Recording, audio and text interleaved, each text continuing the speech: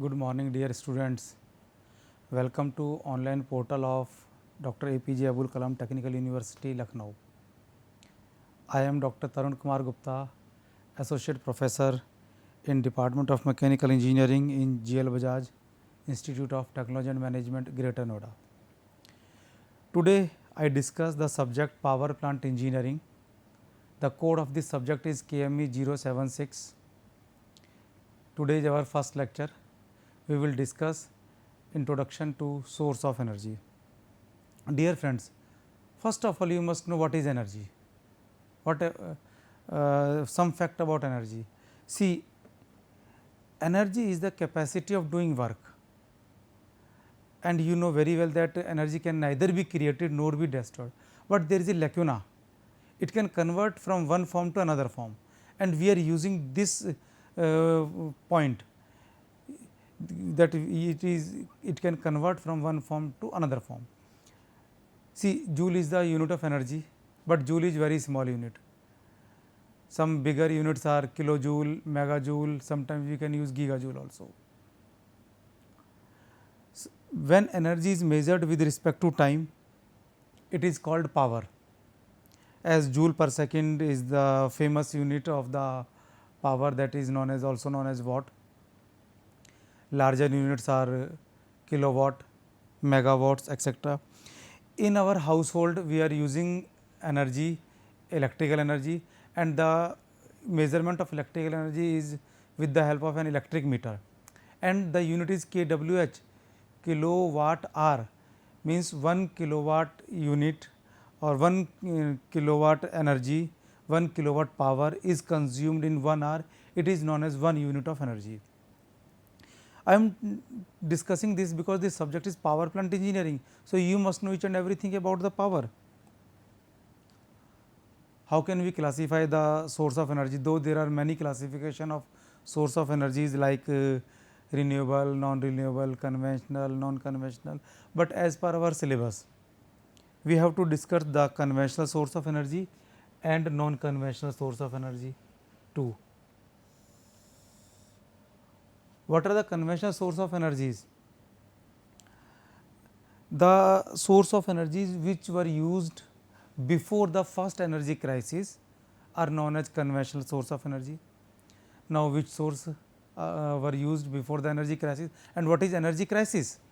So, the answer of first question: coal, oil, gas, hydropower, nuclear power, firewood, etc. were used before the energy crisis.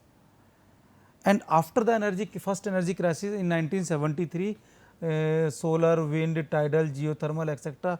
were developed. So, what is energy crisis? In 1973, there was a war between Israel and some Gulf countries. So, at that time oil production countries stop supplying the oil to the countries which support the Israel. Due to this, the all of a sudden the price of oil will increase by 300%. At that time, the developed countries, American countries, European countries thought that there should be less dependent on oil production countries. So, they try to develop new source, and new source will be in at that time new source will be in the form of non conventional energy sources, solar, wind, tidal, geothermal. Let we know some more about these sources. The conventional energy sources, you can see coal. Coal is available in coal mines. Oil is available inside, also available inside the earth. Gas means natural gas. Natural gas is also available inside, deep inside the earth. Hydropower is available over the earth as well as inside the earth, but here whenever we are saying hydropower, so we are discussing the water available over the earth which is flowing over the earth. And nuclear fuel. See, out of these fuel, hydro energy is also in the renewable energy, because there is a hydro cycle. So, water can never be finished. It convert into steam, it convert into water, then it goes to the sea, it evaporate, then come back to the in the form of precipitates, in the form of snow, in the form of water. So, there is a hydro cycle. So, water cannot be finished, that is why water or hydropower comes under the renewable energy resources also. Now, we discuss about the coal. Whenever we are discussing about the coal, we know that how coal is formed. Coal is formed in the nature by dead plants when they buried inside the earth for millions of years, and they bear significant pressure as well as temperature. So, with the help of pressure and temperature, those plants convert into the coal. There are mainly 4 grade of the coals are available: anthracite, bituminous, lignite and peat. Some in between grades are available, like you can say semi bituminous coal. Out of these 4 types of the coal, the first category anthracite, first grade is anthracite, is most superior grade of the coal.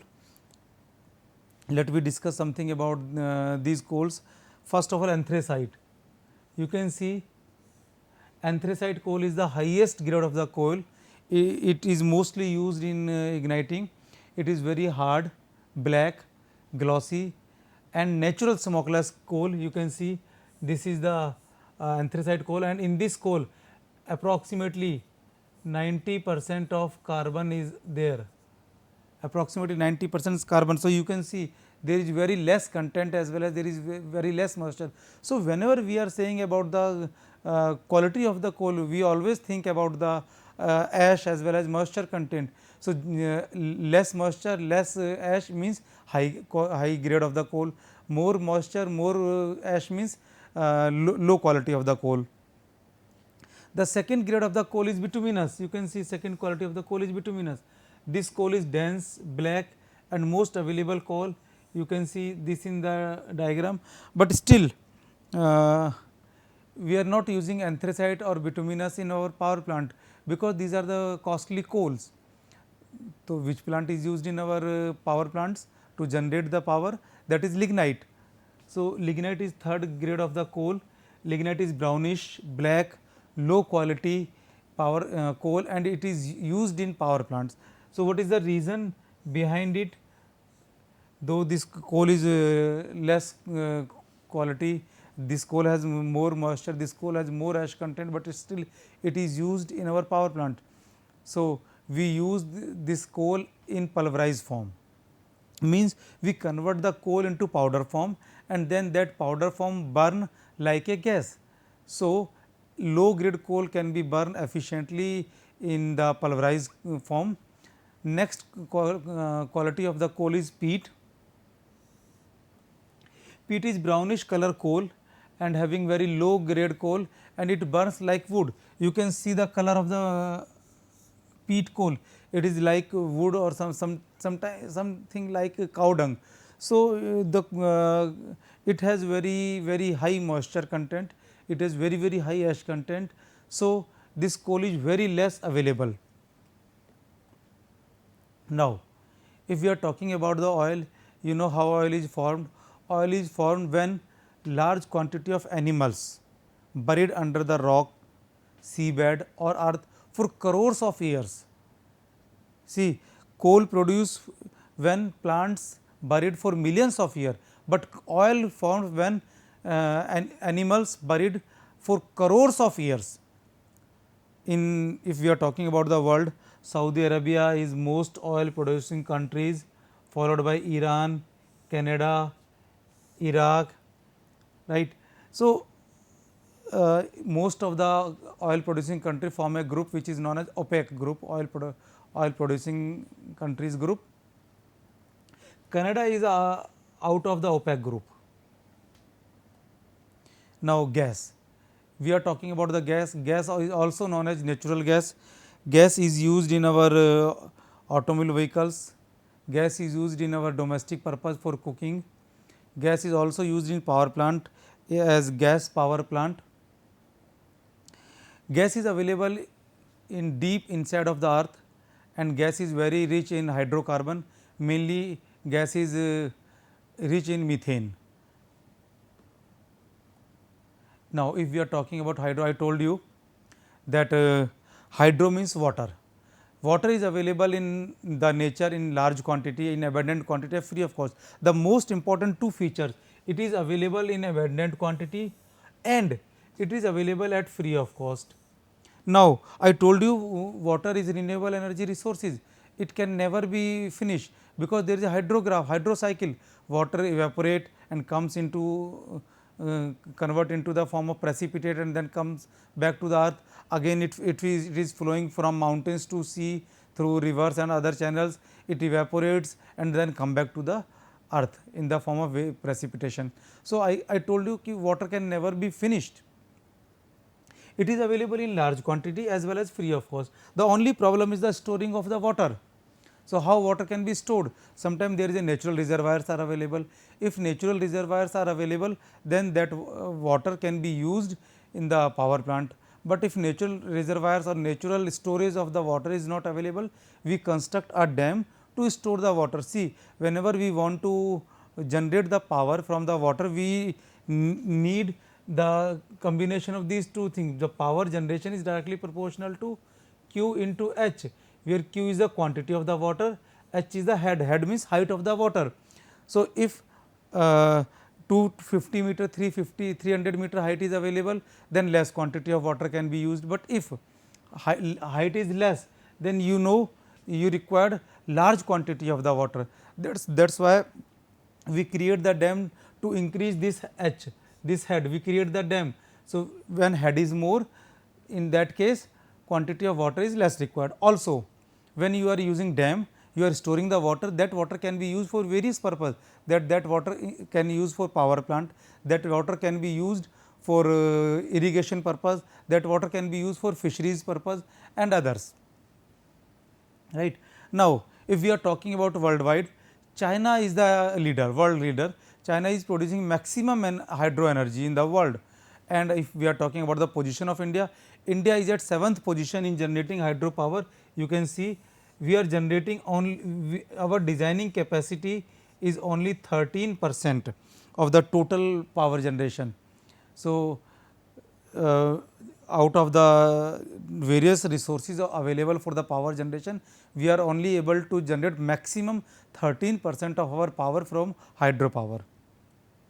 Now, if we are talking about the nuclear energy, see, nuclear energy means the heavy materials whose nucleus can be break.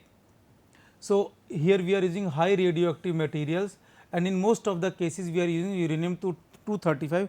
Along with uranium 235 we can use some other metals like plutonium we can use, but uranium 235 is used mostly. In India, natural uranium is available, and the uranium is available in Mayurbhanj and Singhbhum district, but our out of the India we are using enriched uranium. We are using enriched uranium. Enriched uranium is that uranium in which the quantity of uranium 235 is more. In the natural uranium, the quantity of uranium 235 is only 0.787%. So, we have to increase this quantity. So, we are increasing this quantity of uranium by enriching. Enrichment is a costly process, it is not available in India. So, we are getting the uranium, but there is a limit that we cannot import more uranium, because there is a NSG nuclear supplier group which not allowed us to import more uranium. That is why we are not able to use more uranium or more nuclear power. In the nuclear, whenever we are using nuclear power, we have to replace boiler from thermal power plant to the nuclear reactor. So, nuclear reactor is a vessel, you can say, where actual chemical reactions takes place. Here chemical reactions takes place, and those chemical reactions, or you can say nuclear fission reactions or exothermic reactions, large quantity of heat is available, and that large quantity of heat is used to convert water into steam. Then that steam is allowed to pass over the turbine and it rotates the turbine, then electricity can be developed with the help of that turbine.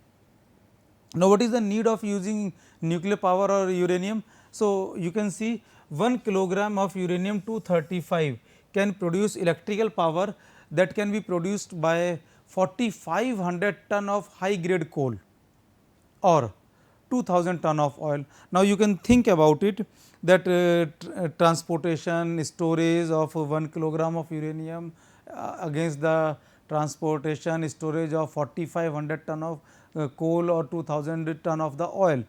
Also, whenever we are using nuclear power, we are using uranium. Uranium is required to fill in the nuclear reactor once in 6 months. एक बार आप fill कर दीजिए uranium को and then you forget for 6 month, it will produce power for 6 months, but it is not in case of coal और oil. You have to supply continuously coal and oil. अगर coal और oil थोड़ी देर के लिए भी ख़त्म हुआ तो पावर जनरेशन स्टॉप हो जाएगा. सो this is the additional benefit in using uranium. That's why we are saying that nuclear power is a clean power because there is no dust involved. Now we are talking about the non conventional energy resources. I told you that in case of energy crisis, when complete world was facing the problem of oil, then they thought about the new energy resources. The result comes in the form of solar energy, wind energy, tidal energy, geothermal energy. Also, these all are the renewable energy resources because solar energy can never be finished. So, solar energy always collect from the sun. Wind energy can never be finished because wind is generated due to temperature difference. Tidal energy can never be finished. Tidal energy is generated due to gravitational attraction of earth, moon and sun. Geothermal, again geothermal energy cannot be finished because geothermal is the heat available inside the earth. So, these all these coined as non conventional energy resources as well as renewable energy resources. So, first of all we will discuss solar energy. Solar energy is obtained from the sun. You know that sun radiations comes on the earth. Now, if we are able to generate all the energy of the sun, then the total energy of the sun is available 17, total energy of the sun is available 17 gigabyte hour. If we are able to convert 1% of this energy, then the energy for the whole world, the energy requirement for the whole world can be complete. Means if we are able to convert 1% of the solar energy, then no need of using any other energy sources, but we are not able to convert. In the last 15 years, there is a great improvement in the using of the solar energy.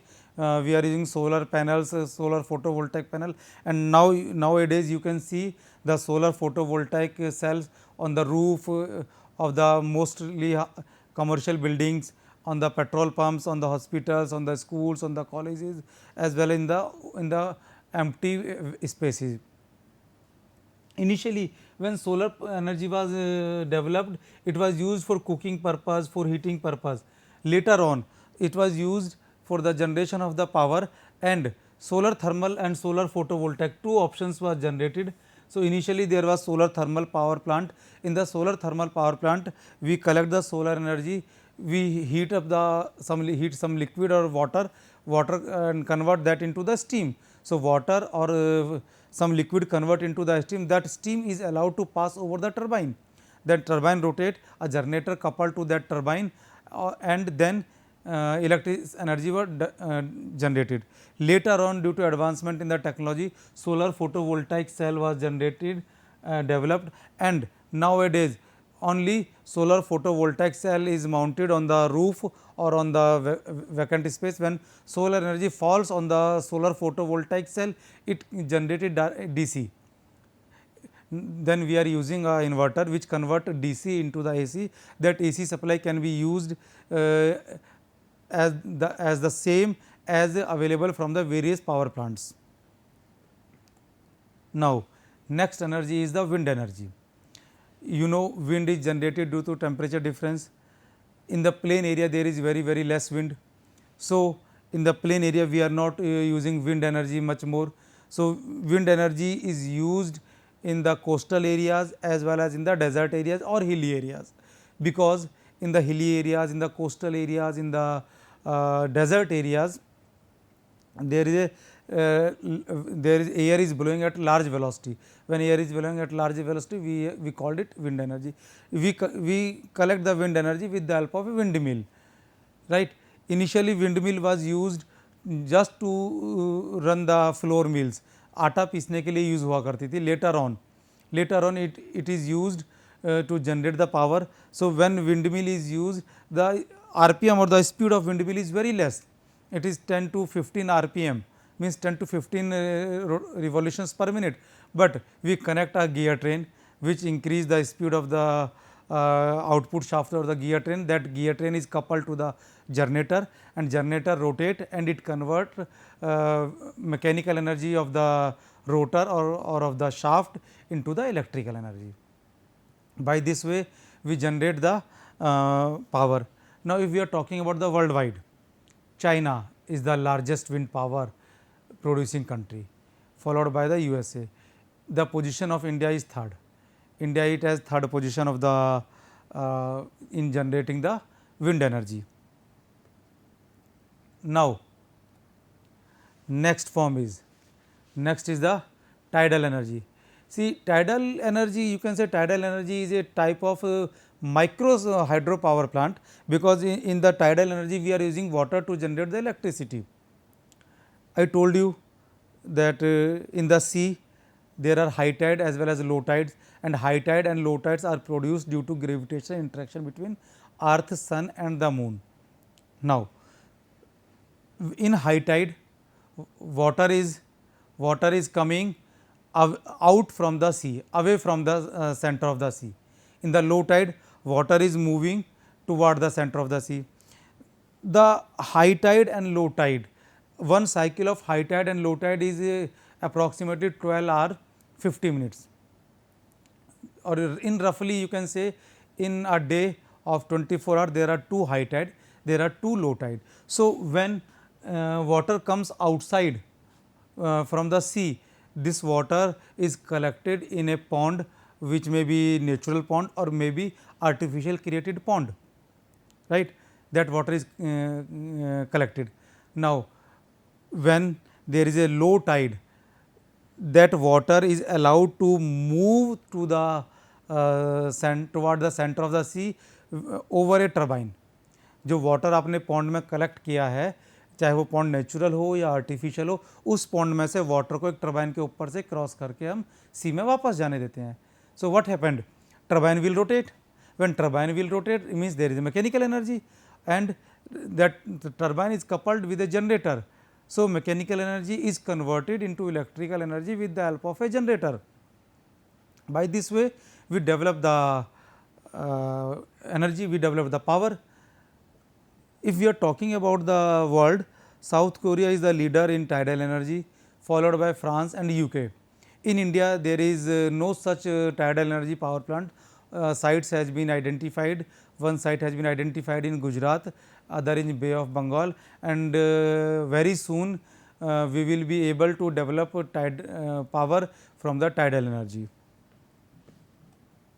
Now, we are talking about the next, geothermal energy. See, geothermal is a combination of two words, one is geo, other is thermal. You know thermal means heat, geo means earth. So, it is the heat or energy presented inside the earth. You know very well that as we are going toward the core of the earth, the temperature of the earth will increase, and it is maximum at the core of the earth. Now, with the help of that heat, we want to generate power. How we can generate the power?